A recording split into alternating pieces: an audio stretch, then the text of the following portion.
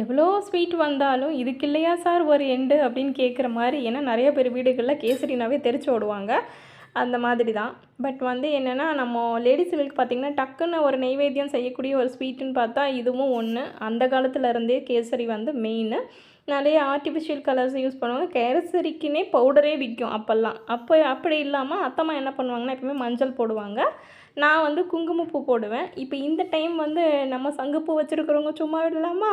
நம்ம வேலை தான் தெரியுமே, அதனால சரி சங்குப்பூ போட்டு பண்ணிடலான்னு சொல்லிவிட்டு, ஆக்சுவலி பார்த்திங்கன்னா ஆயுத பூஜை முடிஞ்சு அடுத்த நாள் தான் நான் அந்த படையல் போட்டிருக்கிறதையெல்லாம் எடுப்போம். அதுக்காக வேண்டி ஒரு நெய்வேத்தியம் பண்ணணுமேன்னு சரி டக்குன்னு பண்ணிடலான்னு சொல்லிட்டு நான் இந்த கலரில் பண்ணி நெய்வேத்தியம் பண்ணி தான் அந்த படையலெல்லாம் நாங்கள் எடுப்போம்.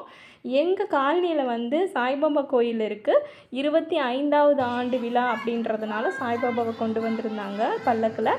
நாங்களும் அதை நல்லபடியாக தேங்காய் பழம்லாம் கொடுத்து சாமியெல்லாம் கும்பிட்டாச்சு. ஒவ்வொரு நவராத்திரி எண்டுலேயும் ஆயுத பூஜையுடைய அந்த மிடில்லையும் வரும். அதனால் அவங்களதையும் கும்பிட்டு நல்லபடியாக அனுப்பியாச்சு. நல்ல கூட்டம் இருக்கும்.